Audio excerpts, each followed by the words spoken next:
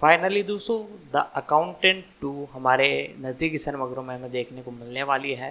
जी हाँ दोस्तों, 25 अप्रैल को इसे रिलीज़ किया जाएगा और कई जगह इसे रिलीज़ कर दिया गया है। तो इसी मूवी के बारे में बात करेंगे, इसके प्री प्रोडक्शन, रिलीजिंग, कास्टिंग, साथ ही साथ बॉक्स ऑफिस कलेक्शन के बारे में और कब कब कहाँ देखने को मिलेगी पूरी जानकारी आपको बताएगी। OTT राइट्स के बारे में तो वीडियो को लाइक जरूर से कीजिएगा, चैनल को सब्सक्राइब कर बेल आइकन दबाकर इसे ऑल पर सेट कर दीजिएगा। आगे मैं आपको इसके बारे में और डिटेल बताता हूँ। द अकाउंटेंट 2 एक आगामी अमेरिकी एक्शन थ्रिलर फिल्म है जिसका निर्देशन गेविन ओकॉनर ने किया है और बिल डब्यूक ने लिखा है। यह द अकाउंटेंट 2016 का सीक्वल है। Ben Affleck, John बर्नथल, Cynthia Addai Robinson और जेके सिमंस पिछली फिल्म से अपनी भूमिकाएं दोहराते हैं, जिसमें डेनियला पिनेडा और एलिसन रॉबर्टसन भी शामिल है। फिल्म का प्रीमियर 8 मार्च 2025 को साउथ बाय साउथवेस्ट फेस्टिवल में होना तय है और इसे 25 अप्रैल 2025 को मेट्रो गोल्डविन मेयर के माध्यम से अमेजन MGM स्टूडियो द्वारा संयुक्त राज्य अमेरिका और कनाडा में नाटकीय रूप से रिलीज किया जाएगा। 3-4-5 आधार। जब उसके किसी करीबी को अज्ञात हत्यारों द्वारा मार दिया जाता है तो ट्रेजरी एजेंट मैरीबेथ मेडिना को हत्या को सुलझाने के लिए क्रिश्चियन वोल्फ से संपर्क करने के लिए मजबूर होना पड़ता है। अपने अलग-थलग लेकिन बेहद घातक भाई ब्रैक्स की मदद से क्रिस अपने शानदार दिमाग और कम से कम कानूनी तरीकों का इस्तेमाल करके अनसुलझी पहेली को सुलझाता है। जैसे जैसे वे सच्चाई के करीब पहुंचते हैं, तीनों जीवित सबसे क्रूर हत्यारों में से कुछ का ध्यान आकर्षित करते हैं, सभी अपनी खोज को रोकने के इरादे से। 6. भालना। बेन एफ्लेक, क्रिश्चियन वोल्फ बटा द अकाउंटेंट, एक ऑटिस्टिक अकाउंटेंट जो दुनिया के कुछ सबसे खतरनाक अपराधियों के लिए धन शोधन करता है। जॉन बर्नथल, ब्रेक सटन, अकाउंटेंट का भाई। वह हाई प्रोफाइल क्लाइंट्स के लिए एक सुरक्षा कंपनी चलाता है। सिंथिया अरे रॉबिन्सन, मैरीबेथ मेडिना, एक युवा ट्रेजरी एजेंट जिसे अकाउंटेंट की असली पहचान का पता लगाने का काम सौंपा गया था। डेनियला पिनेडा, एलिसन रॉबर्टसन, जेके सिमंस रेमंड किंग के रूप में ट्रेजरी विभाग के फिनसियन के निदेशक। किंग ने अकाउंटेंट से कई साल पहले एक स्टेकआउट पर मुलाकात के बाद उसके सुरागों का अनुसरण करके अपना करियर बनाया। Robert Morgan, grant Harvey. उत्पादन। जून 2017 में द अकाउंटेंट के सीक्वल के विकास की घोषणा की गई थी, जिसमें बेन एफ्लेक अपनी भूमिका को फिर से निभाने के लिए तैयार थे और बिल डब्यूक और गेविन ओकॉनर क्रमशः लेखन और निर्देशन के लिए लौट रहे थे। 7 फरवरी 2020 तक एफ्लेक ने पुष्टि की कि विकास जारी था। स्टूडियो ने एक अलग स्क्रिप्ट को पूर्वव्यापी रूप से बदलने पर विचार किया था जिसे वे द अकाउंटेंट 2 में विकसित कर रहे थे। अभिनेता ने इसके अतिरिक्त एक टेलीविजन श्रृंखला की क्षमता में रुचि व्यक्त की। 8 सितंबर 2021 में कॉनर ने खुलासा किया कि एक सीक्वल विकास में था जिसमें तीसरी प्रविष्टि की संभावना थी। एफ्लेक और जॉन बर्नथल को क्रिश्चियन वोल्फ और ब्रेक्स के रूप में अपनी भूमिकाओं को फिर से करने की पुष्टि की गई। 9 फरवरी 2024 में अमेजन MGM स्टूडियो ने अनुमानित $10 मिलियन के योग्य खर्च और कर प्रोत्साहन के साथ वार्नर ब्रदर्स पिक्चर्स से वितरण अधिकार हासिल कर लिए। स्टूडियो के साथ मौजूदा सौदे के माध्यम से वार्नर ब्रदर्स फिल्म के अंतर्राष्ट्रीय वितरक के रूप में शामिल रहेंगे। 10 मार्च 2024 में जेके सिमंस और सिंथिया अराई रॉबिन्सन के लौटने की भी घोषणा की गई, जिसमें Daniela Pineda, Alison Robertson, Robert Morgan और ग्रांट हार्वे कलाकारों में शामिल हुए। 11-12 मुख्य फोटोग्राफी 25 मार्च 2024 को कैलिफोर्निया में शुरू हुई, जिसमें सीमस मैकगर्वे छायाकार के रूप में लौटे। 13, 14, 15, 16, 17 और 16 अगस्त को लपेटा गया। 18 मुक्त करना। फिल्म का प्रीमियर 8 मार्च 2025 को साउथ बाय साउथवेस्ट में होना तय है और इसे 25 अप्रैल 2025 को अमेजन MGM स्टूडियो द्वारा संयुक्त राज्य अमेरिका में नाटकीय रूप से रिलीज किया जाएगा। 19-20 भविष्य। सितंबर 2021 में ओकॉनर ने द अकाउंटेंट को फिल्मों की त्रयी में विस्तारित करने की योजना का खुलासा किया। दूसरे भाग के साथ उत्पादन पूरा होने के साथ फिल्म निर्माता ने तीसरी फिल्म को एक दोस्त फिल्म के रूप में वर्गीकृत किया। इस परियोजना को स्टेरॉयड पर रेन मैन कहा। 21-8 यह भी देखे। मीडिया में ऑटिज्म स्पेक्ट्रम विकार। कथा साहित्य में मानसिक कैलकुलेटर। संदर्भ। बिल डब्यूक एक अमेरिकी पटकथा लेखक है जो the accountant, a family man, 2 the जज, 3 और टेलीविजन सीरीज ओजार्क जैसी फिल्मों के लिए जाने जाते हैं। 4. जीवनी। डब्यूक का जन्म सेंट लुइस, मिसौरी में हुआ था। उन्होंने किशोरावस्था में ओजार्क्स झील पर काम करने में समय बिताया।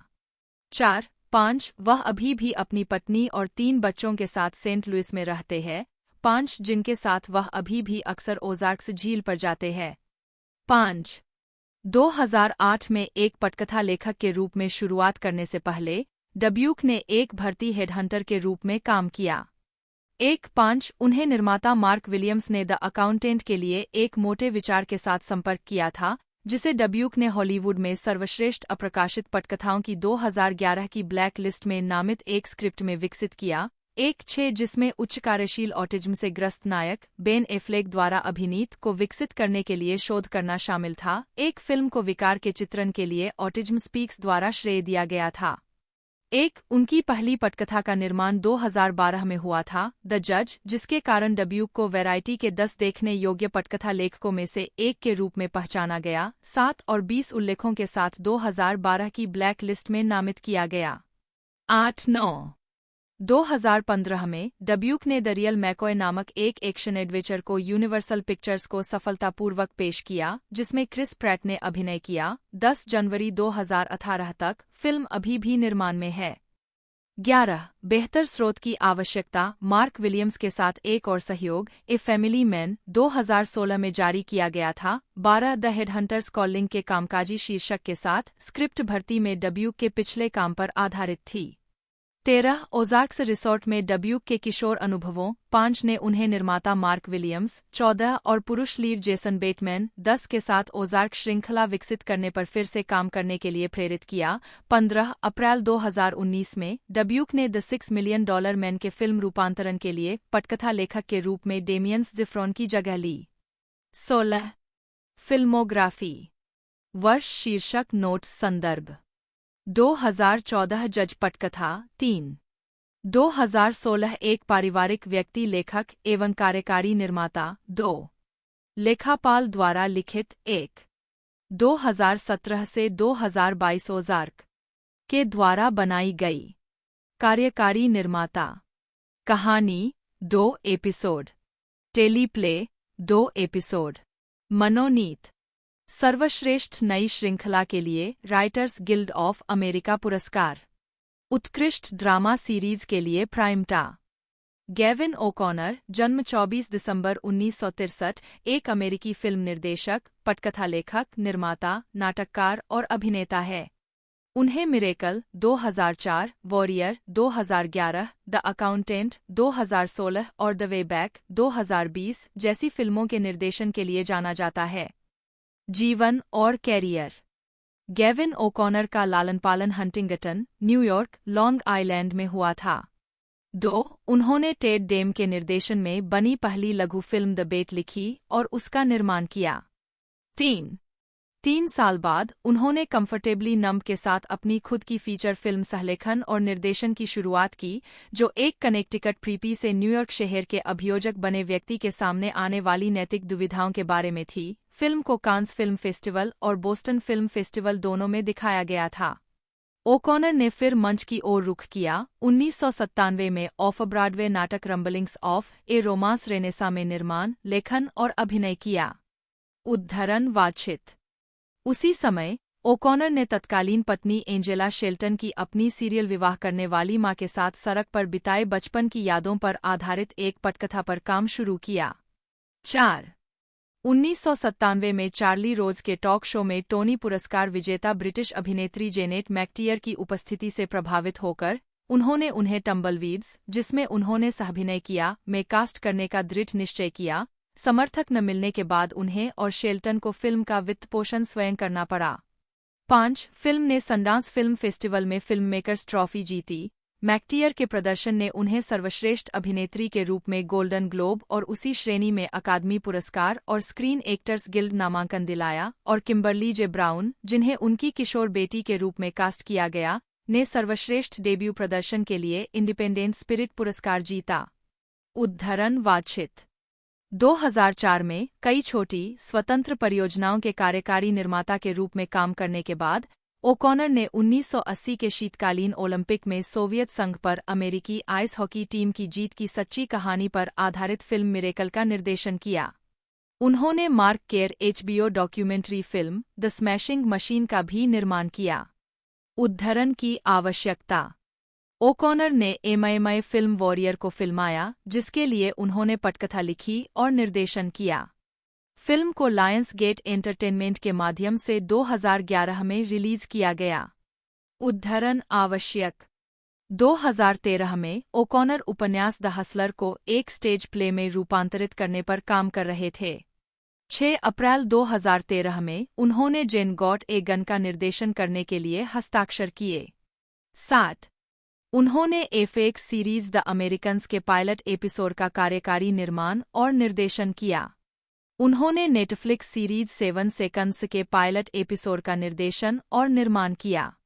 8 जून 2014 में ओकॉनर अपनी आगामी action adventure film massacre in the Himalayas का निर्देशन करने के लिए तैयार थे, जिसे गियानी नुनारी की हॉलीवुड गैंग प्रोडक्शंस 10 पर्वतारोहियों और स्थानीय पाकिस्तानी रसोइये की हत्या के बारे में बनाएगी, जो कि 2 शिखर पर विजय प्राप्त करने पर आमादा है। 9 वह ब्रैडली कूपर अभिनीत WWII ड्रामा अटलांटिक वॉल का निर्देशन करने के लिए भी तैयार थे। 10 6 सितंबर 2017 को ओकॉनर को द सुसाइड स्क्वाड के निर्देशक और लेखक की भूमिका मिली। 11 अक्टूबर तक ओकॉनर ने अपनी कहानी के उपचार के कारण इस परियोजना से बाहर निकल गए थे, जो कथित तौर पर बर्ड्स ऑफ प्री के समान थी, साथ ही द वे बैक के लिए उनकी प्रतिबद्धताएं भी थीं। 12-13 व्यक्तिगत जीवन। ओकॉनर ने 22 जून 2013 को अभिनेत्री ब्रुक बर्न्स से शादी की। 14 उनकी पहली शादी एंजेला शेल्टन से हुई थी। 5 फिल्मोग्राफी। पतली परत। वर्ष शीर्षक। निदेशक लेखक निर्माता नोट्स। 1992 शर्त नहीं हाँ कार्यकारिणी लघु फिल्म। 1995 कंफर्टेबली नंब हा निर्देशन की शुरुआत। पिनेरा को 16 साल की उम्र में उसकी चाची और चाचा ने गोद लिया था। उसने कहा है कि उसके जैविक माता पिता वास्तव में तस्वीर में नहीं हैं। 1 उन्होंने मैक्सिकन अभिनेताओं की अधिक पहचान के लिए जोर दिया है। उन्होंने कहा कि उन्हें स्क्रिप्ट और कास्टिंग में अक्सर गुमनामी में धकेल दिया जाता है और लैटिन अमेरिका को आम तौर पर कमतर आंका जाता है। उन्होंने कास्टिंग निर्देशकों द्वारा यह कहे जाने के बारे में भी बात की है कि मैक्सिकन विरासत की होने के बावजूद वह पर्याप्त मैक्सिकन नहीं दिखती या प्रतीत नहीं होती है। 2 जनवरी 2025 में लॉस एंजल्स में पिनेरा का घर एक जंगल की आग से नष्ट हो गया। केवल 2 चीजें जो वह बचाने में सक्षम थी, वह थी उसका कुत्ता और एक लैपटॉप कंप्यूटर। 23-24 फिल्मोग्राफी। पतली परत। डेनियला पिनेरा की फिल्मों में उपस्थिति।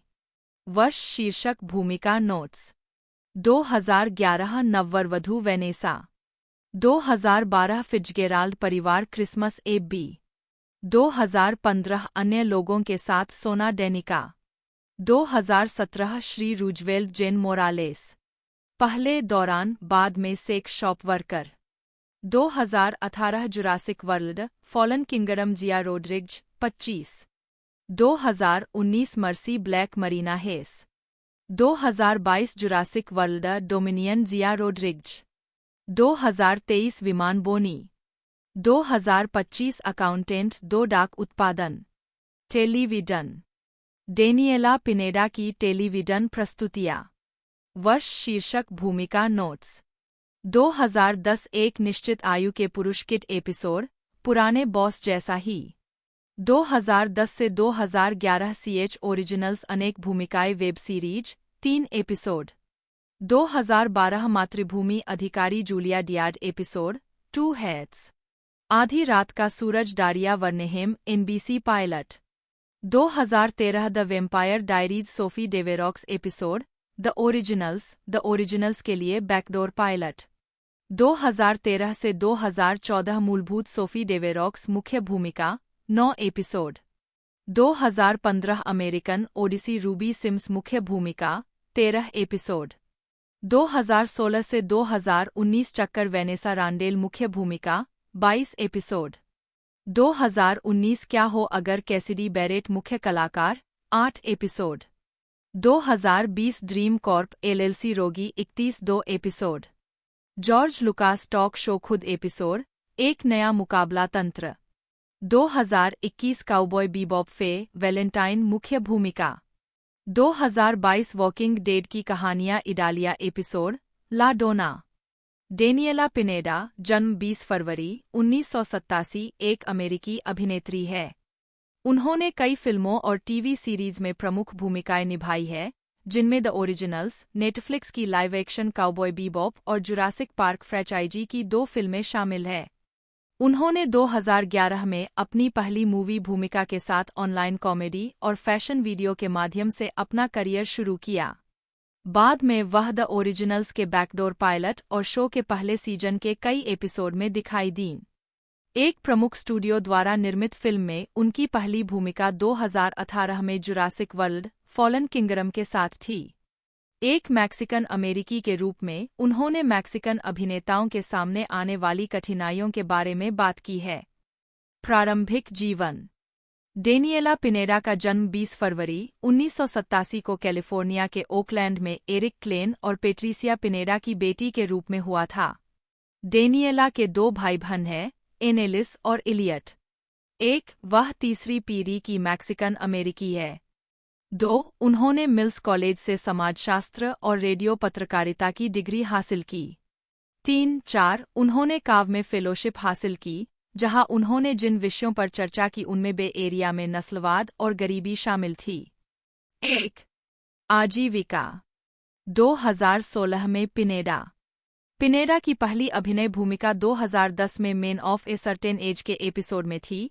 हालांकि उन्होंने ऑनलाइन एक बड़ी छवि बनाई। वह 2010 और 2011 के बीच कई college humour comedy sketch video में दिखाई दीं, साथ ही यूट्यूब पर फैशन ट्यूटोरियल भी। फिल्म में उनकी पहली उपस्थिति 2011 की कॉमेडी ड्रामा न्यूलीवेड्स थी, जिसे एडवर्ड बर्न्स ने निर्देशित किया था। इसे आलोचकों से ज्यादातर सकारात्मक समीक्षा मिली। 5-6 पिनेडा बाद में द CW के द वैम्पायर डायरीज के एक एपिसोड में दिखाई दी, जिसने स्पिन-ऑफ सीरीज द ओरिजिनल्स के लिए पिछले दरवाजे के पायलट के रूप में काम किया, जो 2013 में प्रसारित होना शुरू हुआ। 5 क्रिसेंट सिटी एपिसोड में उनके किरदार सोफी डेवेरॉक्स को मार दिया गया, जिससे पिनेडा कलाकारों से बाहर हो गईं। 2021 में उन्होंने शो में वापसी की इच्छा व्यक्त की। 7 2015 में पिनेडा ने NBC के अमेरिकन ओडिसी में अभिनय किया, जो एक साजिश का पर्दाफाश करने की कोशिश कर रहे अमेरिकी सैनिकों की एक टीम का अनुसरण करता है। उन्होंने रूबी सिम्स नाम का एक किरदार निभाया था। 8 शो को एक सीजन के बाद रद्द कर दिया गया था। 9 अक्टूबर 2017 10 जुलाई 2018 में 11 पिनेडा ने जुरासिक वर्ल्ड फॉलन किंगडम में जिया रोड्रिग्ज की भूमिका निभाई, जो एक प्रमुख स्टूडियो के लिए उनकी पहली फिल्म भूमिका थी। 12 रोड्रिगेज एक पशु चिकित्सक ज्वालामुखी विस्फोट से डायनासोर को बचाने के मिशन का हिस्सा है। 13 पिनेडा ने टिप्पणी की कि फिल्म में डायनासोर कितने यथार्थवादी थे, स्पंदित नसों और फैली हुई आंखों के साथ। 14 एक अन्य साक्षात्कार में उन्होंने बताया कि कैसे उनका चरित्र मूल रूप से ओवेन ग्रेडी, क्रिस प्रैट के साथ बातचीत करने वाला था, जिसमें उसने खुलासा किया कि वह एक समलैंगिक थी। समय के कारणों से संवाद काट दिया गया था। 13 2019 में पिनेडा ने हॉरर फिल्म मर्सी ब्लैक में मरीना हेस के रूप में अभिनय किया, एक महिला जिसने मर्सी ब्लैक नामक प्राणी को खुश करने के लिए एक अनुष्ठान में भाग लेने के बाद 15 साल संस्थागत रूप से बिताए हैं। आखिरकार उसे यकीन हो गया कि प्राणी असली नहीं है, जिससे वह अपने परिवार के साथ रहने जा सकती है। उसी वर्ष मई में पिनेडा ने नेटफ्लिक्स नियोनोयर सीरीज व्हाट इफ में कैसिडी का किरदार निभाया। शो का अब तक एक 10 एपिसोड सीजन है। 15 अप्रैल 2019 में पिनेडा को काउबॉय बीबॉप सीरीज के लाइव एक्शन संस्करण में फे वैलेंटाइन के रूप में लिया गया था। 16 इसे 2021 में रिलीज किया गया था। 17 पिनेडा ने अपने चरित्र का वर्णन किया, जो जातीय रूप से सिंगापुर रोमानी है, एक स्मार्टकधा और मजेदार के रूप में। मूल एनीमे के विपरीत, चरित्र का श्रृंखला का संस्करण एलजीबीटी है। 18 अगस्त 2021 में पिनेडा को प्लेन में कास्ट किया गया, जिसमें जेरार्ड बटलर मुख्य भूमिका में थे। 19 2022 में उन्होंने जुरासिक वर्ल्ड डोमिनियन में जिया रोड्रिग्ज के रूप में अपनी भूमिका को दोहराया। 20 शुरुआती सीक्वेंस में दिखाई दी, हालांकि कोविड-19 महामारी के कारण यात्रा प्रतिबंध और संगरोध आवश्यकताओं ने पिनेडा को रोक दिया, जो न्यूजीलैंड में थीं, दूसरे नियोजित दृश्य में दिखाई देने से। उन्हें उनके दूसरे दृश्य में वर्दा सेतु के साथ बदल दिया गया था। निर्देशक कॉलिन ट्रेवोर इस बदलाव से संतुष्ट थे। 21 उस वर्ष के अंत में पिनेडा को कॉमेडी पायलट वेस्टर्न में एक सैलून मालकिन बेस के रूप में लिया गया। 22 सीमस मैकगार्वे, जन्म 29 जून 1967, उत्तरी आयरलैंड के आरमाग से एक छायाकार है। वह इटली के टस्कनी में रहते हैं। उन्हें अपनी छायांकन के लिए 2 अकादमी पुरस्कार नामांकन प्राप्त हुए हैं, जो राइट की 2007 की ड्रामा एटोनमेंट और लियो टॉल्स्टॉय के उपन्यास अन्ना करेनिना के 2012 के रूपांतरण पर आधारित है। ऑस्कर नामांकन के अलावा मैकगार्वे ने अन्ना करेनिना और नॉक्टर्नल एनिमल्स के लिए British society of cinematographers (BSc) पुरस्कार जीता। साथ ही एटोनमेंट के लिए नामांकन भी प्राप्त किया और एटोनमेंट, अन्ना करेनिना और नॉक्टर्नल एनिमल्स के लिए बफ्टा नामांकन अर्जित किया। उन्हें एटोनमेंट और अन्ना करेनिना के लिए ASC से नामांकन मिला।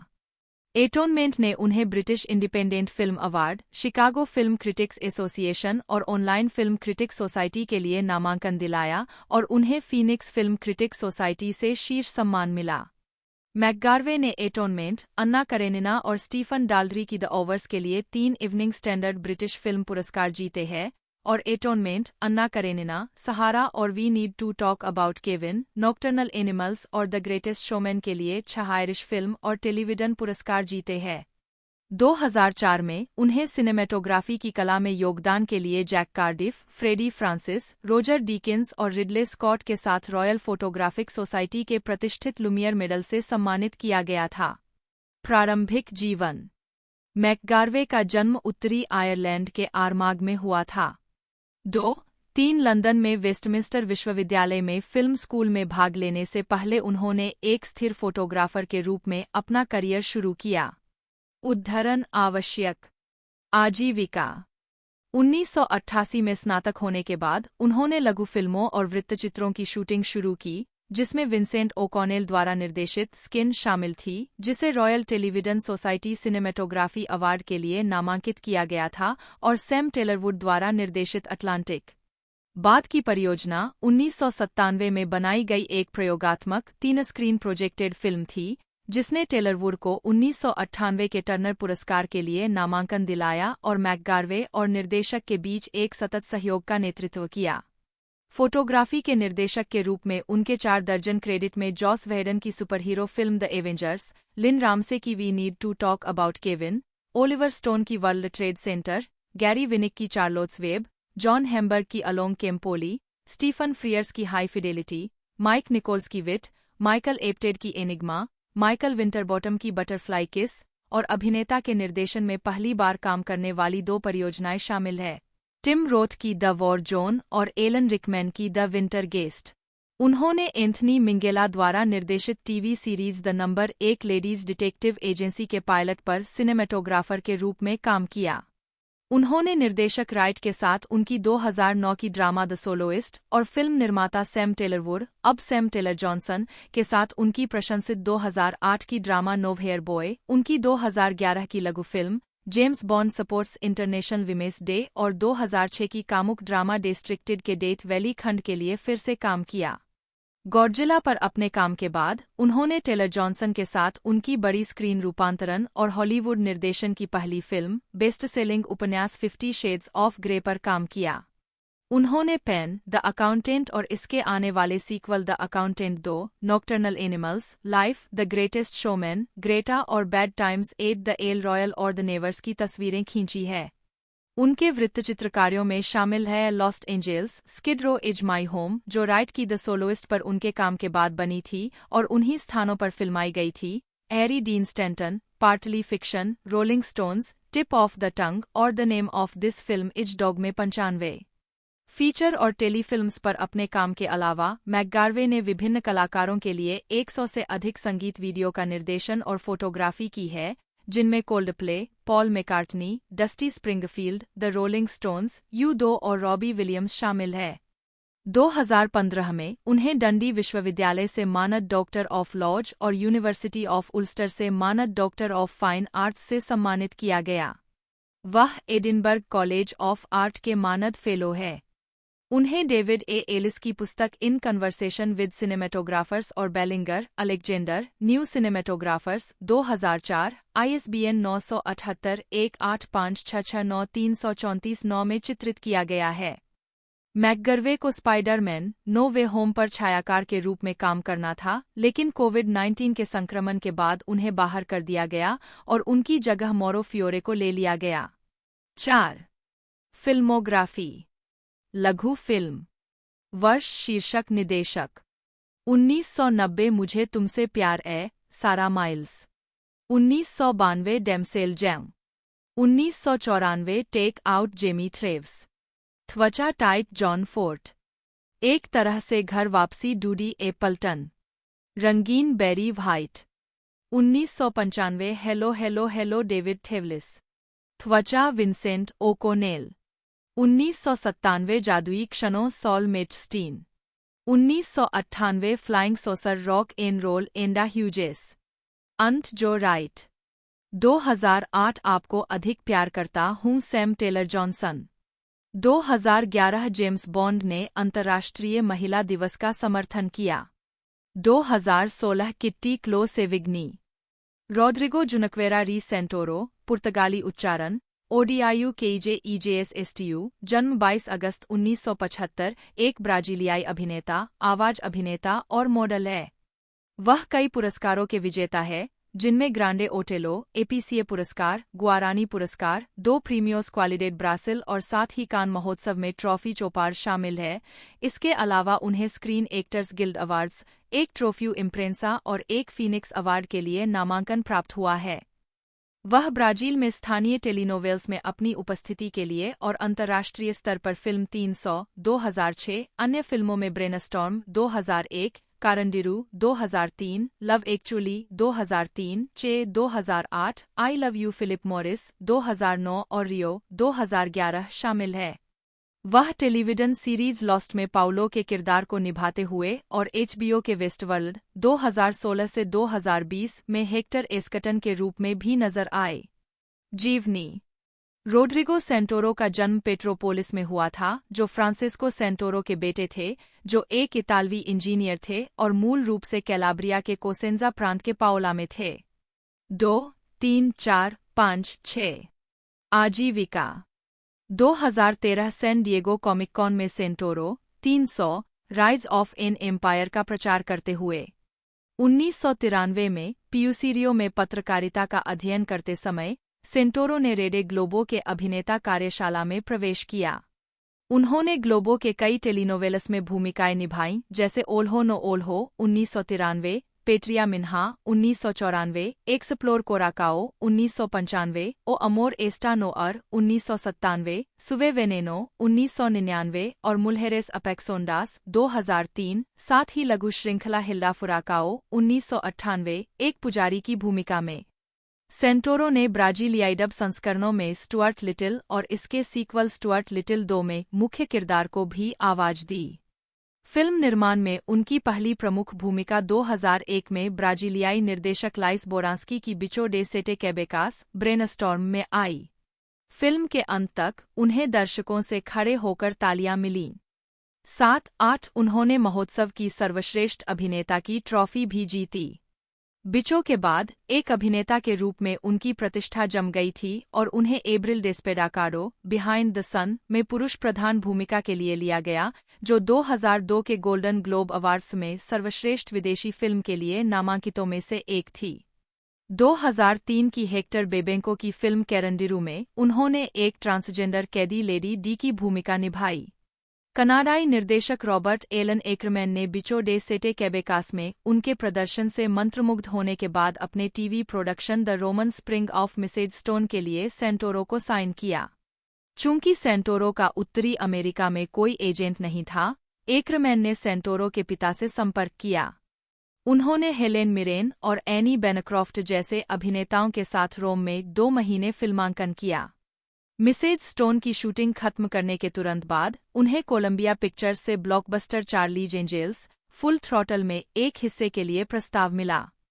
इस भूमिका ने हॉलीवुड में उनके करियर की शुरुआत की। चार्लीज एंजेल्स के बाद उन्होंने रोमांटिक कॉमेडी लव एक्चुअली में कार्ल, एक रहस्यमय मुख्य डिजाइनर और लॉरा लिनेनी के चरित्र के प्रेमी की भूमिका निभाई। सेंटोरो को विज्ञापन व्यवसाय में काम मिलना शुरू हुआ जब वे 2002 में गिसेले बुंडेन के साथ एक वाणिज्यिक अभियान में दिखाई दिए। उन्होंने 2004 में निकोल किडमैन के साथ बाज लुहरमन द्वारा निर्देशित चैनल के 3 मिनट लंबे विज्ञापन नंबर 5 द फिल्म में मुख्य पुरुष भूमिका निभाई। 2006 में सेंटोरो एबीसी टेलीविजन सीरीज लॉस्ट के सीजन 3 के कलाकारों में पाउलो के रूप में शामिल हुए, जो ओशनिक फ्लाइट 815 दुर्घटना में जीवित बचे थे। उनकी पहली उपस्थिति फर्दर इंस्ट्रक्शंस एपिसोड में थी और उनके चरित्र को एक स्पोज एपिसोड में मार दिया गया था। उन्होंने श्रृंखला के ब्राजीलियाई डब संस्करण में चरित्र को आवाज भी दी।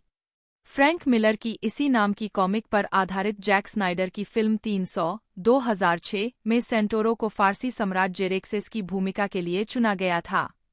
इस नौकरी के लिए कई विशेष आवश्यकताएं थीं, जिसमें भूमिका की शारीरिकता के लिए गहन कसरत शामिल थी।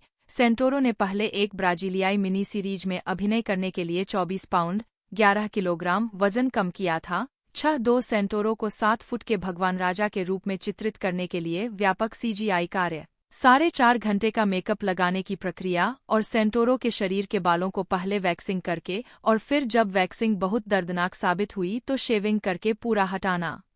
9 हालांकि उनकी भौहें बरकरार रखी गईं, उन्हें प्रोस्थेटिक से ढक दिया गया और शेव करने के बजाय अंदर की ओर खींचा गया। 10 सेंटोरो, वह अमीर है, वह घमंडी है, वह बहुत अस्थिर अहंकारी है।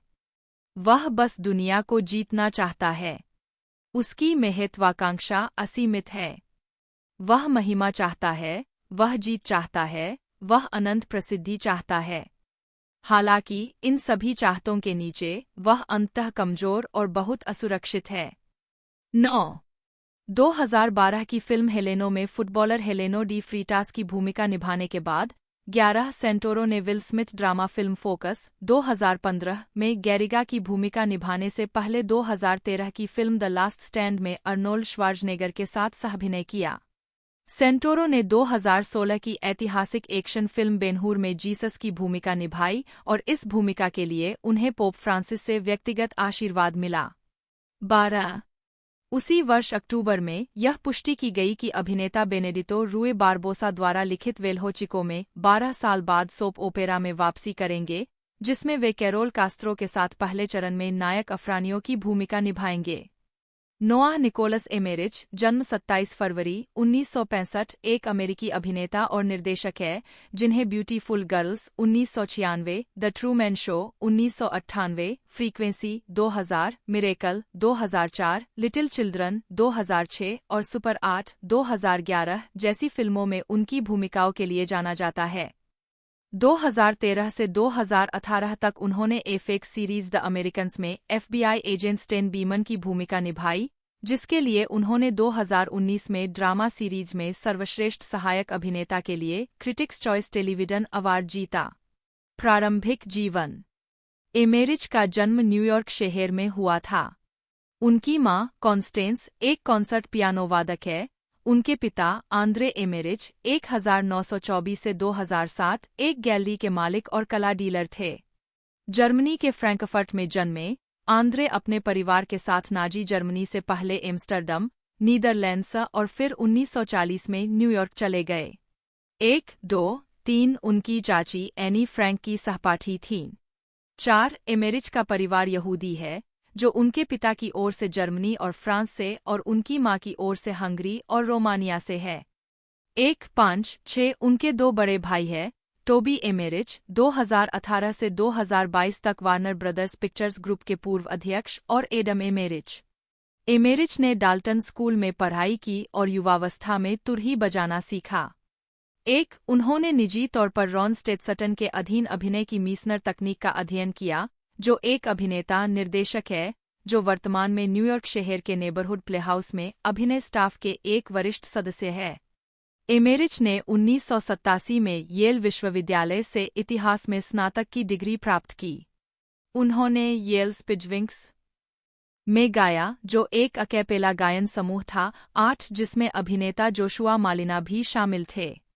आजीविका। पतली परत। एमेरिच ने अपनी पहली मुख्य भूमिका फिल्म ब्यूटीफुल गर्ल्स में निभाई थी 9 जिससे उन्हें दर्शकों और आलोचकों से सकारात्मक समीक्षा मिली। उन्होंने द ट्रूमैन शो, 10 लाइफ और फ्रीक्वेंसी जैसी फिल्मों में सहायक भूमिकाएं निभाईं। 2000 के दशक में एमेरिच ने Julie Johnson, beyond borders, little children, 11 pride and glory जैसी अधिक नाटकीय फिल्मों में अभिनय करना शुरू किया। 12 उन्होंने जे अब्राम्स की फिल्म सुपर 8 में मुख्य प्रतिपक्षी कर्नल नेलेक की भूमिका निभाई। 13 जिसने आलोचकों से सकारात्मक समीक्षा अर्जित की और बॉक्स ऑफिस पर सफल रही। उन्होंने 2004 की फिल्म मिरेकल में सहायक कोच क्रेग पैट्रिक की भूमिका निभाई। 2016 में एमेरिच ने western Jane got a gun में बिल हेमंड का किरदार निभाया। 14 टेलीविजन। एमेरिच ने अपने करियर की शुरुआत एनवाईपीडी ब्लू और मेलरोज प्लेस जैसी टेलीविजन श्रृंखलाओं में अतिथि भूमिका निभाकर की थी। 2000 के दशक की शुरुआत में उन्होंने मोंक, व्हाइट कॉलर 15, बेहतर स्रोत की आवश्यकता और द वॉकिंग डेड जैसी सीरीज में अधिक प्रमुख अतिथि भूमिकाएं निभाईं, 16 जिनमें से अंतिम ने उन्हें सैटर्न अवार्ड के लिए नामांकन दिलाया। 17 2021 में उन्होंने the walking dead world beyond की सीरीज के समापन में भूमिका को दोहराया। उनकी सबसे उल्लेखनीय टीवी सीरीज की भूमिका एफएक्स सीरीज द अमेरिकन्स में एफबीआई एजेंट स्टेन बीमन की थी। 18 श्रृंखला ने सकारात्मक समीक्षा अर्जित की और एमेरिच ने अपने प्रदर्शन के लिए क्रिटिक्स चॉइस अवार्ड के लिए नामांकन अर्जित किया। 19 यह 6 सीजन तक चला, जो मई 2018 में समाप्त हुआ। 20 एमेरिच ने सीजन 3 के एपिसोड 7 वाल्टर टैफेट से अपने निर्देशन की शुरुआत की। 21 और सीजन 4 के एपिसोड 5 का निर्देशन भी किया। सितंबर 2019 में उन्होंने नेटफ्लिक्स की सीमित श्रृंखला द स्पाई में इजरायली मोसाद भर्ती एजेंट डैन पेलेग के रूप में अभिनय किया।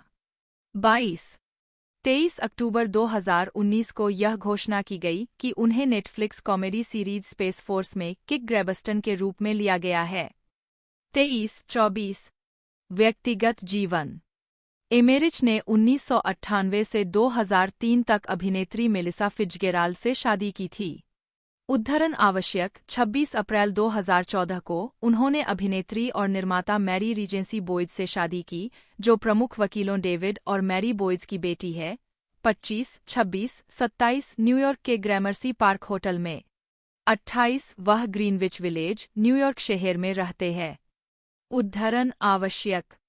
फिल्मोग्राफी। उन्होंने 1997 से 2000 तक 3 साल तक अभिनेत्री लुआना पियोवानी को डेट किया, जब तक कि यह पता नहीं चला कि वह व्यवसायी क्रिस्टियानो रंगेल के साथ उन्हें धोखा दे रही थी। 13-14 वह आंद्रे रिस्टम द्वारा निर्देशित फिल्म मेउ पैस के प्रीमियर के लिए रिबेरियो प्रेटो में थे। पुरस्कार विजेता फीचर फिल्म में मार्कोस के किरदार के रूप में उन्होंने शहर के साथ अपने मजबूत रिश्ते और उन कारणों पर जोर दिया जिनके कारण उन्होंने इसे अवंत प्रीमियर के लिए स्थानों में से एक के रूप में चुना। मेरी माँ का पूरा परिवार जुनक्वेरा रीस रिबेरियो प्रेटो से है। मैं जब छोटा था तब से यहाँ आ रहा हूँ। मेरा शहर के साथ एक मजबूत रिश्ता है। 15 उन्होंने 2004 से 2008 तक मॉडल एलेन जाबोर को डेट किया। 16 उन्होंने 2016 से अभिनेत्री और प्रस्तुतकर्ता मेल फ्रोंकोविएक से विवाह किया है। 17-18 दोनों को रिकॉर्ड टीवी पर सोप ओपेरा रेबेल के सहायक निर्देशक द्वारा पेश किया गया होगा, जिसमें मेल मुख्य पात्रों में से एक थीं। सोप ओपेरा के बाद मेल को ब्रॉडकास्टर द्वारा प्रदान किए गए फ्लैट के बिना छोड़ दिया गया था और सेंटोरो के निमंत्रण पर वह लेबनोन में अपने अपार्टमेंट में रहने लगी। इस जोड़े ने जुलाई 2012 के मध्य में डेटिंग शुरू की और 1 साल तक अपने रिश्ते को गुप्त रखा। सेंटोरो ने रियो डी जेनेरियो में शॉपिंग डू लेब्लोन में मेल की पुस्तक के लॉन्च पर सार्वजनिक रूप से रिश्ते को स्वीकार करने का प्रस्ताव रखा, जहां अभिनेता ने पुस्तक में अपना व्यक्तिगत समर्पण प्राप्त करने के लिए अभिनेत्री के हजारों प्रशंसकों में शामिल हो गए। 25 अगस्त 2013 को 19 जनवरी 2017 में सेंटोरो और मेल ने घोषणा की कि वे पहली बार माता-पिता बनेंगे। दंपति की बेटी नीना का जन्म 22 मई 2017 को हुआ। 20 फिल्मोग्राफी 9 मई 2012 न्यूयॉर्क में what to expect when you are expecting के प्रीमियर पर सेंटोरो।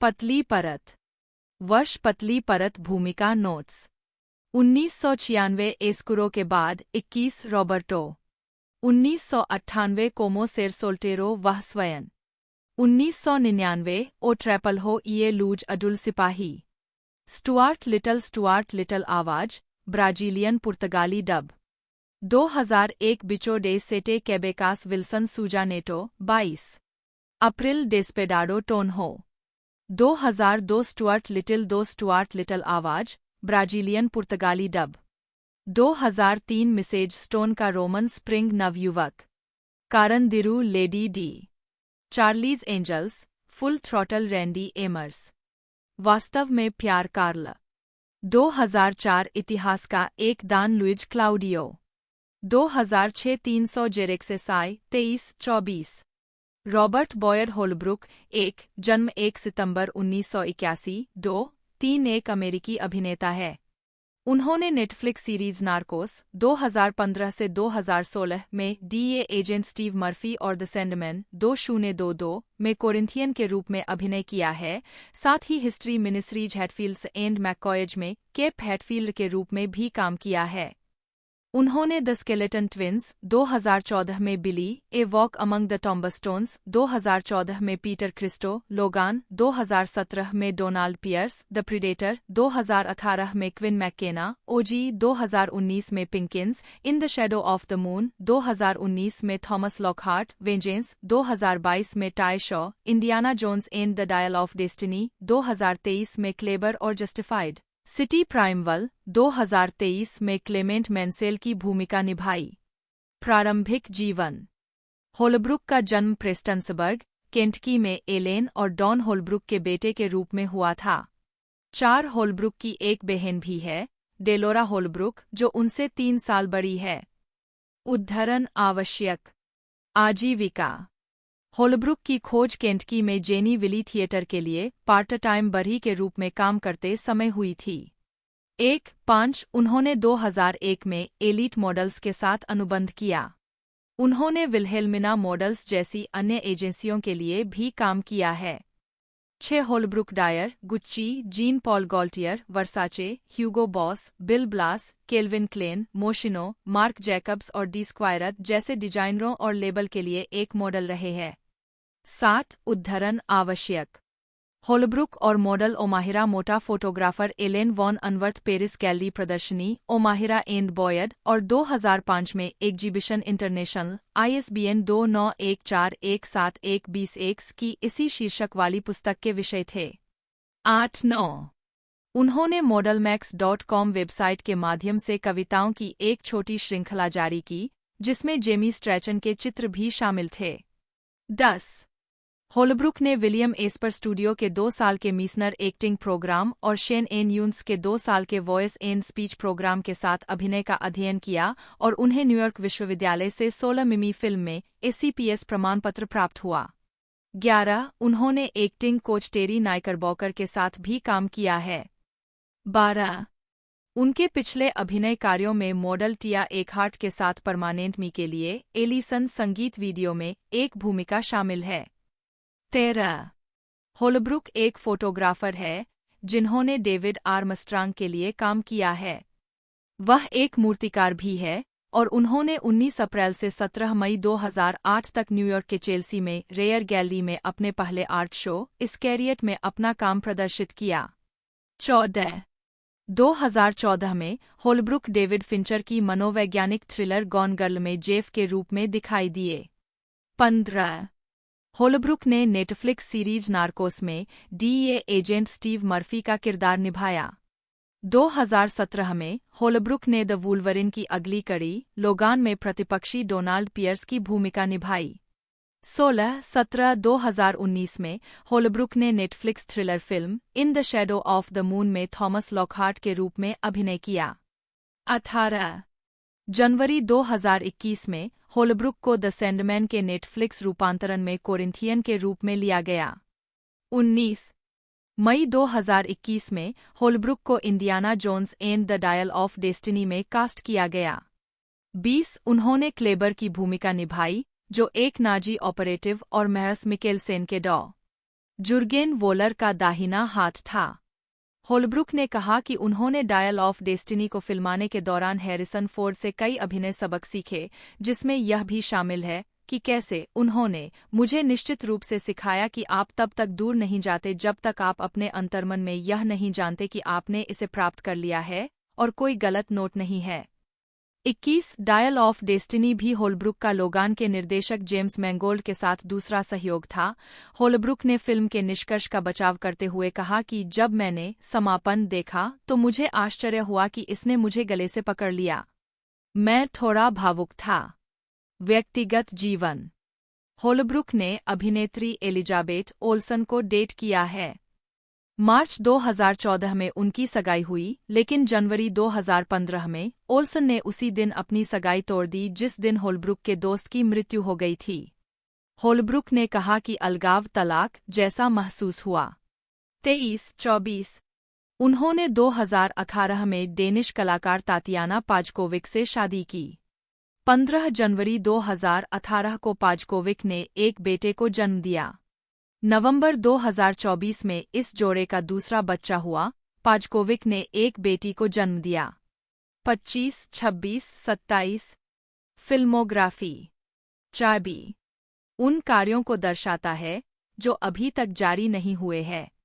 पतली परत। वर्ष पतली परत भूमिका नोट संदर्भ 2008 दूध डेंटन स्मिथ। 2011 उच्च भूमि किशोर एथन मिलर। पुनर्मिलन डगलस क्लेरी। ताकाहाशी का स्थानांतरण क्रेग लघु फिल्म। 2012 बेले आइल का जादू Luke Ford. Ewan Gordon McGregor बटा JUN एक जन्म 31 मार्च 1971 एक स्कॉटिश अभिनेता है।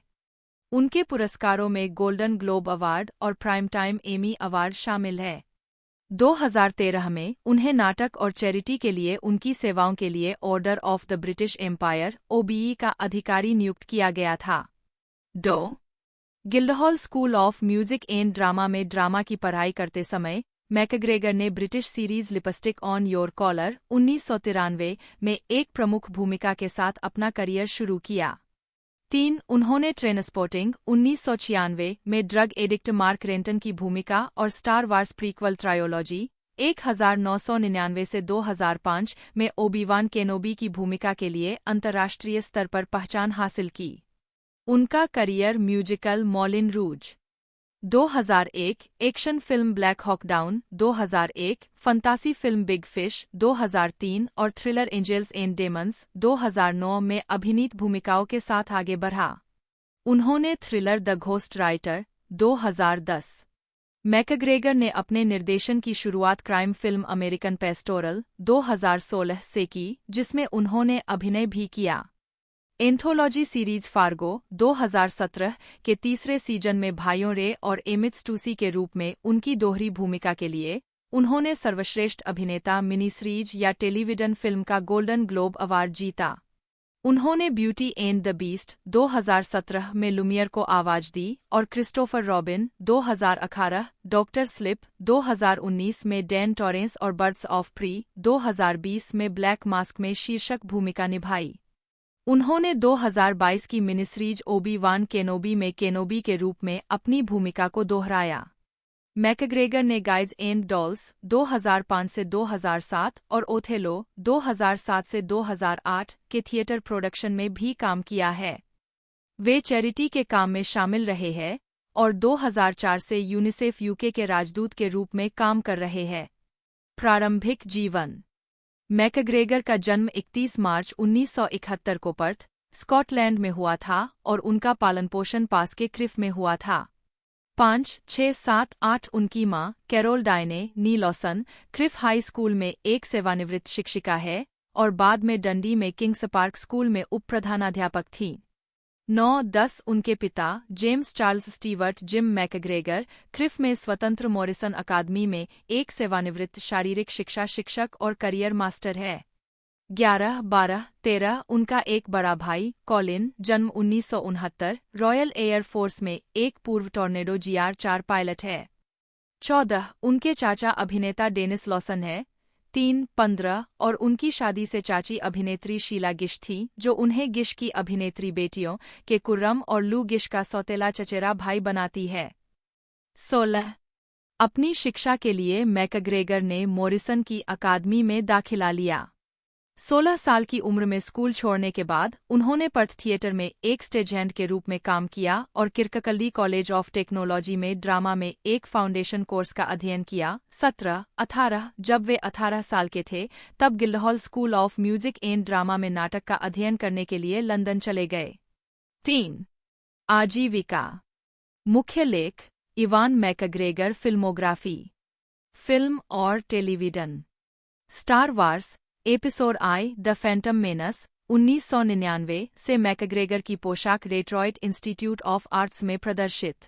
गिल्डहॉल से स्नातक होने के 6 महीने पहले मैकग्रेगर ने डेनिस पॉटर की 6 भाग वाली चैनल 4 श्रृंखला लिपस्टिक ऑन योर कॉलर 1993 में एक प्रमुख भूमिका शुरू की। 3 इसके तुरंत बाद उन्होंने राहेल वीज के साथ स्कारलेट एंड ब्लैक 1993 के BBC रूपांतरण में अभिनय किया और बिल फोर्सिथ की बीइंग ह्यूमन 1994 में अपनी फिल्मी शुरुआत की। 19 थ्रिलर शैलो ग्रेव 1994 में उनकी भूमिका के लिए उन्होंने एम्पायर अवार्ड जीता। 20 यह फिल्म निर्देशक डैनी बॉयल के साथ उनका पहला सहयोग था। 3 मार्क हरमन द्वारा लिखित और निर्देशित 1996 की Channel 4 comedy drama film Brassed Off में उनकी प्रमुख भूमिका थी। 3, 19 मैकग्रेगर ने ब्रिटिश फिल्म लिटिल वॉयस 1998 में मुख्य पुरुष रोमांटिक भूमिका निभाई। उन्हें 1999 और 2005 के बीच रिलीज हुई स्टार वार्स प्रीक्वल ट्रायोलॉजी में युवा ओबी-वान केनोबी के रूप में लिया गया था। 21 केनोबी को मूल रूप से पहले स्टार वार्स ट्रायोलॉजी में एलेक गिनीज द्वारा निभाया गया था। 3 मैकग्रेगर के चाचा डेनिस लॉसन ने मूल ट्रायोलॉजी में वेज एंटिलीज की भूमिका निभाई थी। 22 जबकि प्रीक्वल को मिश्रित समीक्षा मिली, मैकग्रेगर के प्रदर्शन को अच्छी तरह से प्राप्त किया गया था। 23 मैकग्रेगर ने कहा कि प्रीक्वल बनाना मुश्किल था क्योंकि उन्हें ज्यादातर हरे रंग की स्क्रीन के सामने अभिनय करना था और संवाद बिल्कुल शेक्सपियर जैसा नहीं था। उन्होंने यह भी कहा कि फिल्मों के लिए नकारात्मक प्रतिक्रिया मुश्किल थी। 21 मैकग्रेगर ने मॉलिन रूज 2001 में युवा कवि क्रिश्चियन की भूमिका निभाई जिसे बीमार वेश्या सेटिन निकोल किडमैन से प्यार हो जाता है, जिसके लिए उनके प्रदर्शन की व्यापक रूप से प्रशंसा हुई और मैकग्रेगर को सर्वश्रेष्ठ अभिनेता मोशन पिक्चर म्यूजिकल या कॉमेडी के लिए पहला गोल्डन ग्लोब पुरस्कार मिला। वह रिडले स्कॉट की युद्ध फिल्म ब्लैक हॉक डाउन 2001 में जॉन ग्रिम्स के रूप में भी दिखाई दिए। उन्होंने डाउन विद लव 2003 में रेनी जेलवेगर के साथ अभिनय किया। 3-24 उन्होंने टिम बर्टन की समीक्षकों द्वारा प्रशंसित फिल्म बिग फिश 2003 में Albert Finney, Jessica Lang, Allison Loman और बिली क्रुडुप के साथ युवा एडवर्ड ब्लूम का किरदार भी निभाया। 25-26 मैकग्रेगर ने 2 सफल एनिमेटेड फीचर्स के लिए आवाज दी। उन्होंने रोबोट्स में रोबोट रॉडनी कॉपरबॉटम की भूमिका निभाई जिसमें हैल बेरी और रॉबिन विलियम्स की आवाजें भी शामिल थीं। 27 और उन्होंने गैरी चैपमैन की वैलिएंट दोनों 2005 में जिम ब्रॉडबेंट, जॉन क्लीज और रिकी गेरवाइस के साथ मुख्य किरदार की आवाज दी। 28 इसके अलावा इस समय के आसपास मैकग्रेगर ने माइकल बे की science fiction action thriller film the island 2005 में स्कारलेट जोहानसन के साथ 2 भूमिकाएं निभाईं, एक दूसरे का क्लोन। उन्होंने मार्क फोर्स्टर की 2005 की फिल्म स्टे में भी मुख्य भूमिका निभाई, जो नाओमी वाट्स और रयान गोसलिंग की सहकलाकार एक मनोवैज्ञानिक थ्रिलर थी। 29-30 2009 में टोरंटो अंतर्राष्ट्रीय फिल्म महोत्सव में the main who stare at goats के प्रीमियर पर मैकग्रेगर। उन्होंने नेशनल स्पेस सेंटर के लिए बनाए गए फुलडोम प्रोडक्शन एस्ट्रोनॉट 2006 का वर्णन किया। 31 लगभग उसी समय उन्होंने एसटीवी शो जेटसेट 2006 का भी वर्णन किया, जो आरएएफ लॉसीमाउथ में प्रशिक्षु पायलटों और नाविकों के जीवन का अनुसरण करने वाली 6 भाग की श्रृंखला है, क्योंकि वे आरएएफ के प्राथमिक हमले के विमान टॉर्नेडो GR4 को उड़ाना सीखने के लिए 6 महीने के भीषण कोर्स से गुजरते हैं। 32 मैकग्रेगर ने कॉलिन फेरेल के साथ वुडी एलेन की फिल्म कैसंद्रा ड्रीम 2007 में अभिनय किया। 19-33 और उन्होंने I love you Phillip Morris में जिम कैरी के साथ सहाभिनय किया और अमेलिया, दोनों 2009 में हिलेरी स्वेंक के साथ दिखाई दिए। उन्होंने रॉन हॉवर्ड की mystery thriller Angels and Demons 2009 में कैमरलेंगो पैट्रिक मैककेना का किरदार निभाया, जो डैन ब्राउन के इसी नाम के उपन्यास का फिल्म रूपांतरण और हॉवर्ड की द दा विंची कोड का सीक्वल है, जिसमें टॉम हैंक्स ने रॉबर्ट लैंडन की भूमिका निभाई थी। 2011 में मैकग्रेगर ने लासे हॉलस्ट्रॉम द्वारा निर्देशित और एमिली ब्लंट और क्रिस्टिन स्कॉट थॉमस की सहकलाकार British comedy Salmon Fishing in the Yemen में अभिनय किया, जिसके लिए उन्हें सर्वश्रेष्ठ अभिनेता मोशन पिक्चर म्यूजिकल या कॉमेडी नामांकन के लिए अपना दूसरा गोल्डन ग्लोब पुरस्कार मिला। उसी वर्ष उन्हें 2011 सिएटल अंतर्राष्ट्रीय फिल्म महोत्सव में अभिनय में उत्कृष्ट उपलब्धि के लिए SIFF गोल्डन स्पेस नीडल पुरस्कार से सम्मानित किया गया। 34 2012 में वे 2012 कान फिल्म महोत्सव में मुख्य प्रतियोगिता के लिए जूरी के सदस्य थे। 35 सैन सेबेस्टियन अंतर्राष्ट्रीय फिल्म महोत्सव में उन्हें डोनोस्टिया लाइफटाइम अचीवमेंट पुरस्कार से सम्मानित किया गया और वे इस पुरस्कार के सबसे कम उम्र के प्राप्तकर्ता बने। 36 उसी वर्ष उन्होंने नाओमी वाट्स और टॉम हॉलैंड के साथ आपदा ड्रामा फिल्म द इम्पॉसिबल में भी अभिनय किया। 2013 में मैकग्रेगर ने मेरिल स्ट्रीप और जूलिया रॉबर्ट्स के साथ अगस्त ओसेज काउंटी में अभिनय किया, जो ट्रेसी लेट्स के इसी नाम के पुलित्जर पुरस्कार विजेता नाटक पर आधारित थी। 37 मैकग्रेगर ने जॉनी डेप और पॉल बेटनी के साथ एक्शन कॉमेडी फिल्म मोर्टरेकाई 2015 में अभिनय किया। द डेली टेलीग्राफ के रॉबी कॉलिन ने महसूस किया कि फिल्म मनोवैज्ञानिक रूप से मज़ेदार नहीं थी। 38 उन्होंने अमेरिकन पेस्टोरल 2016 के साथ अपने निर्देशन की शुरुआत की, जिसमें उन्होंने अभिनय भी किया। 39 2017 में उन्होंने T2 ट्रेन सपोर्टिंग में मार्क रेंटन के रूप में अपनी भूमिका को दोहराया। 40 मैकग्रेगर ने बिल कॉन्डन द्वारा निर्देशित डिज्नी की ब्यूटी एंड द बीस्ट के लाइव एक्शन रूपांतरण में लुमियर, मूल रूप से 1991 की एनिमेटेड फिल्म में जेरी ओरबैक द्वारा आवाज दी गई, की भूमिका निभाई, जिसमें ल्यूक इवांस, केविन क्लाइन, जोश गैड, स्टेनली टुकी, इयान मैककेलेन और एम्मा थॉम्पसन के साथ प्रमुख भूमिकाओं में एम्मा वाटसन और डैन स्टीवंस की कलाकारों की टुकड़ी थी। फिल्मांकन मई 2015 में लंदन के शेपर्टन स्टूडियो में शुरू हुआ और फिल्म मार्च 2017 में रिलीज हुई। 41 इसके बाद उन्होंने फार्गो, दोनों 2017 के तीसरे सीजन में एफएक्स एंथोलॉजी सीरीज में अभिनय किया। 42 2018 में मैकग्रेगर ने क्रिस्टोफर रॉबिन में शीर्षक चरित्र के वयस्क संस्करण के रूप में अभिनय किया, जो मार्क फोर्स्टर द्वारा निर्देशित डिज्नी की विनी द पू फ्रैंचाइजी का एक लाइव एक्शन रूपांतरण था और हेले एटवेल के साथ अभिनय किया था। 43 2019 में मैकग्रेगर ने स्टीफन किंग के इसी नाम के उपन्यास के फिल्म रूपांतरण डॉक्टर स्लिप में बड़े डैनी टॉरेंस की भूमिका निभाई। 44 2020 में वे वार्नर ब्रदर्स की DC comics film birds of prey and the fantabulous emancipation of one Harley Quinn में मार्गोट रोबी के साथ मुख्य खलनायक रोमन सियोनिस बटा ब्लैक मास्क की भूमिका में दिखाई दिए। 45 23 अगस्त 2019 को लुकास फिल्म ने घोषणा की कि मैकग्रेगर 2022 में डिज्नी प्लस पर रिलीज होने वाली एक नई स्टार वार्स टेलीविजन सीरीज में ओबी-वान केनोबी के रूप में अपनी भूमिका को फिर से निभाएंगे। 46 2021 में मैकग्रेगर ने नेटफ्लिक्स के लिए नामांकित मिनी सीरीज में अमेरिकी फैशन डिजाइनर हेल्स्टन की भूमिका निभाई, जो पत्रकार स्टीवन गेंस की स्पष्ट जीवनी सिंपली हेल्स्टन पर आधारित थी। मैकग्रेगर को रयान मर्फी के साथ संयुक्त रूप से कार्यकारी निर्माता के रूप में भी नियुक्त किया गया था। 47 2022 में मैकग्रेगर ने पिनोचियो में सेबेस्टियन जे. क्रिकेट, विवेक और कथावाचक की आवाज दी। फिल्म का निर्देशन गिलर्मो डेल टोरो ने किया था और इसका प्रीमियर नेटफ्लिक्स पर हुआ था। 48 सितंबर 2024 में मैकग्रेगर को हॉलीवुड वॉक ऑफ फेम पर अपना सितारा मिला।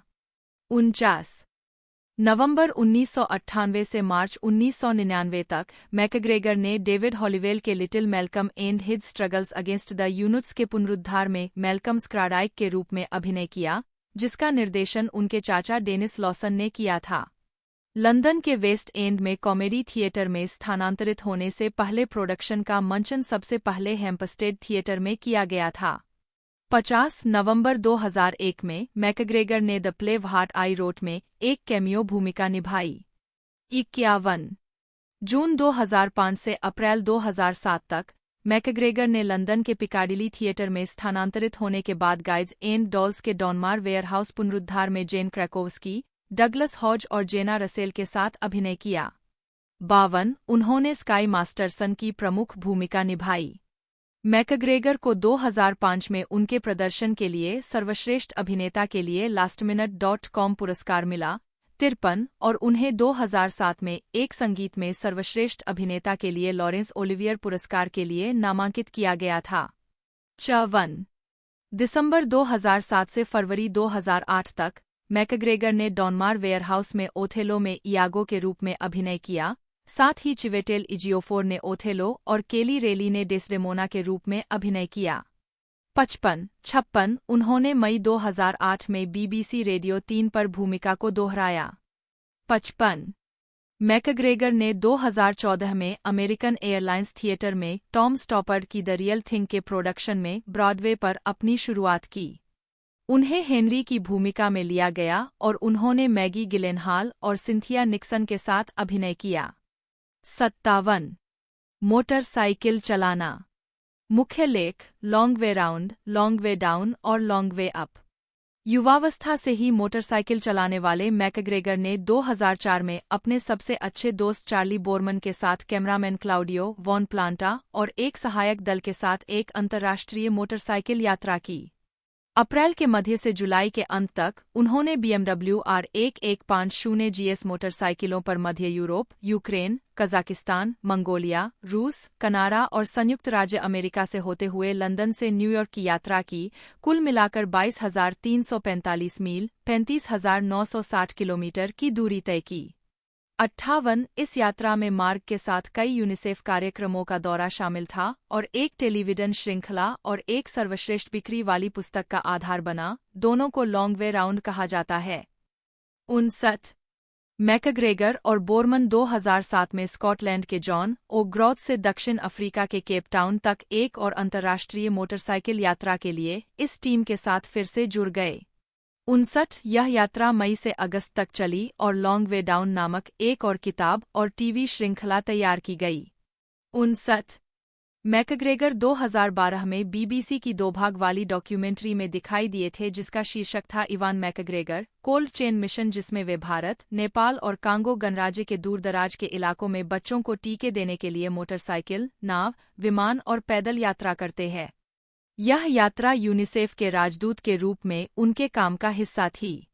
2019 में मैकग्रेगर और बोरमन पिछले 2 लॉन्ग वे यात्राओं से अपने प्रमुख सहायक दल के साथ तीसरी अंतर्राष्ट्रीय यात्रा पर निकले, इस बार Harley Davidson LiveWire electric motorcycle पर। सितंबर से दिसंबर तक वे पैटागोनिया, अर्जेंटीना से कैलिफोर्निया, संयुक्त राज्य अमेरिका तक गए, 60 जिसे 2020 की श्रृंखला लॉन्ग वे अप में प्रलेखित किया गया था। 61 परोपकार।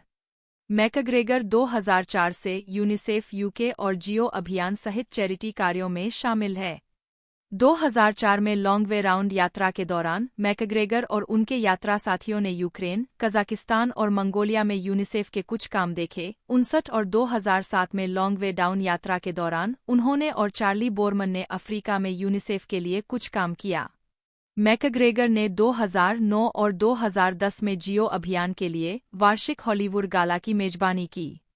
उन्होंने चिल्ड्रन हॉस्पिस एसोसिएशन स्कॉटलैंड के साथ काम किया है, जैसा कि लॉन्ग वे डाउन में दिखाया गया है। 2012 में उन्होंने यूनिसेफ टीकाकरण कार्यकर्ताओं के साथ भारत, नेपाल और कांगो गणराज्य के दूरदराज के हिस्सों में Ivan McGregor cold chain mission नामक BBC 2 वृत्तचित्र के लिए यात्रा की।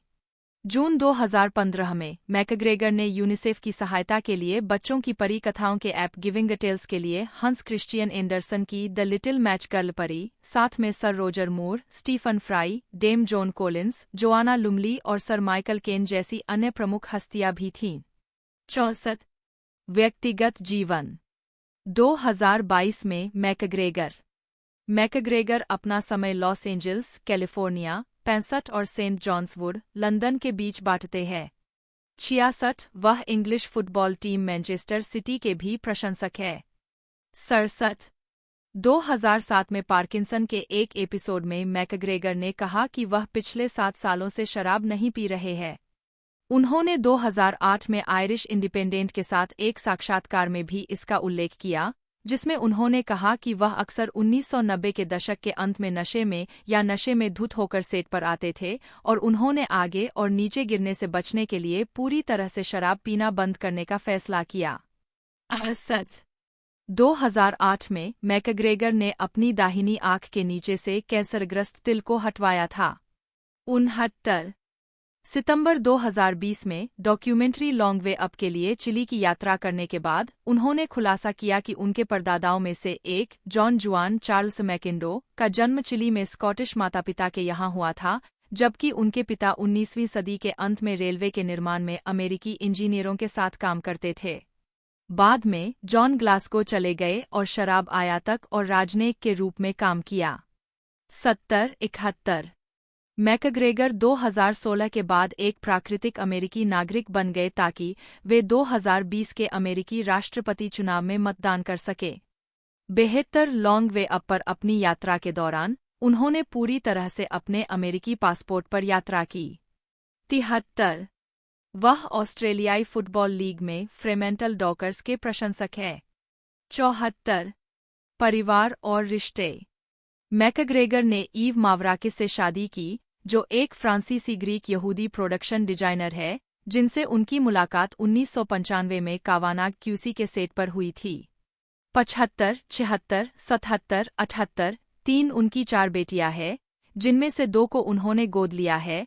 एक मंगोलिया की एक सड़क पर रहने वाली बच्ची है, जिससे उनकी मुलाकात लॉन्ग वे राउंड में यात्रा करते समय हुई थी।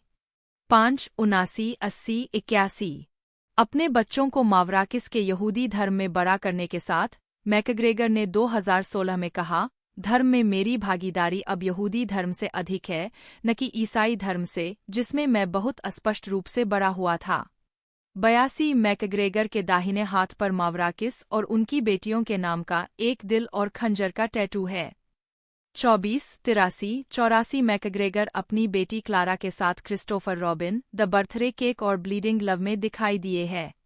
85 19 जनवरी 2018 को मई 2017 से अलग रहने के बाद मैकग्रेगर ने मावराकिस से तलाक के लिए अर्जी दी, जिसमें आपसी मतभेदों का हवाला दिया गया। 86 87 13 अगस्त 2020 को तलाक को अंतिम रूप दिया गया। 88 मई 2017 में मैकग्रेगर ने अमेरिकी अभिनेत्री मैरी एलिजाबेथ विंस्टेड के साथ रिश्ता शुरू किया, जिनसे उनकी मुलाकात फार्गो के सेट पर हुई थी। 89 उनके बेटे का जन्म जून 2021 में हुआ। 90 91 मैकग्रेगर और विंस्टेड ने अप्रैल 2022 में शादी की। 92 राजनीतिक दृष्टिकोण मैकग्रेगर ब्रेक्सिट के मुखर आलोचक थे। हालांकि 2014 के स्कॉटिश जनमत संग्रह में यूनाइटेड किंगडम से स्कॉटिश स्वतंत्रता का विरोध किया गया था, लेकिन बाद में एक साक्षात्कार के दौरान मैकग्रेगर ने घोषणा की कि अगर वह यूनाइटेड किंगडम के यूरोपीय संघ छोड़ने के अगले दिन अपना वोट डालने में सक्षम होते तो वे स्वतंत्रता के लिए मतदान करते। 2020 में उन्होंने स्कॉटिश स्वतंत्रता के लिए अपना समर्थन व्यक्त करते हुए कहा कि यह समय है।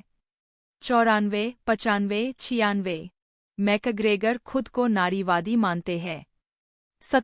2009 में उन्होंने कहा, महिलाओं से हमेशा फिल्मों में नग्न रहने की उम्मीद की जाती है, लेकिन मैं कोशिश करना पसंद करता हूं और ऐसा करता हूं कि वे नग्न न हों, महिलाएं नग्न न हों। यह एक नारीवादी चीज है जो मैं करता हूं।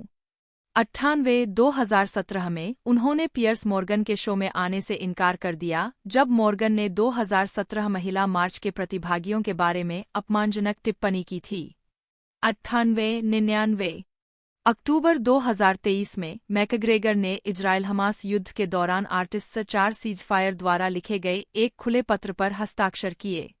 100 मीडिया में मैकग्रेगर को 1997 में एम्पायर पत्रिका की the top 100 movie stars of all time सूची में 36वें स्थान पर रखा गया था। 101 बीबीसी के लिए 2004 के एक सर्वेक्षण में उन्हें ब्रिटिश संस्कृति में चौथा सबसे प्रभावशाली व्यक्ति नामित किया गया था। 103 इंडीवायर ने मैकग्रेगर को उन सर्वश्रेष्ठ अभिनेताओं में से एक बताया जिन्हें कभी अकादमी पुरस्कार नामांकन नहीं मिला। 104 पुरस्कार और नामांकन। मुख्य लेख, इवान मैकग्रेगर द्वारा प्राप्त पुरस्कारों और नामांकनों की सूची। 2010 में मैकग्रेगर को फ्रांसीसी सरकार द्वारा Chevalier de l'Ordre des Arts et Lettres, Knight of the Order of the Arts and Letters के रूप में नियुक्त किया गया था। 106 मैकग्रेगर को नाटक और चैरिटी के लिए सेवाओं के लिए 2013 के नए साल के सम्मान में order of the British Empire (OBE) का अधिकारी नियुक्त किया गया था।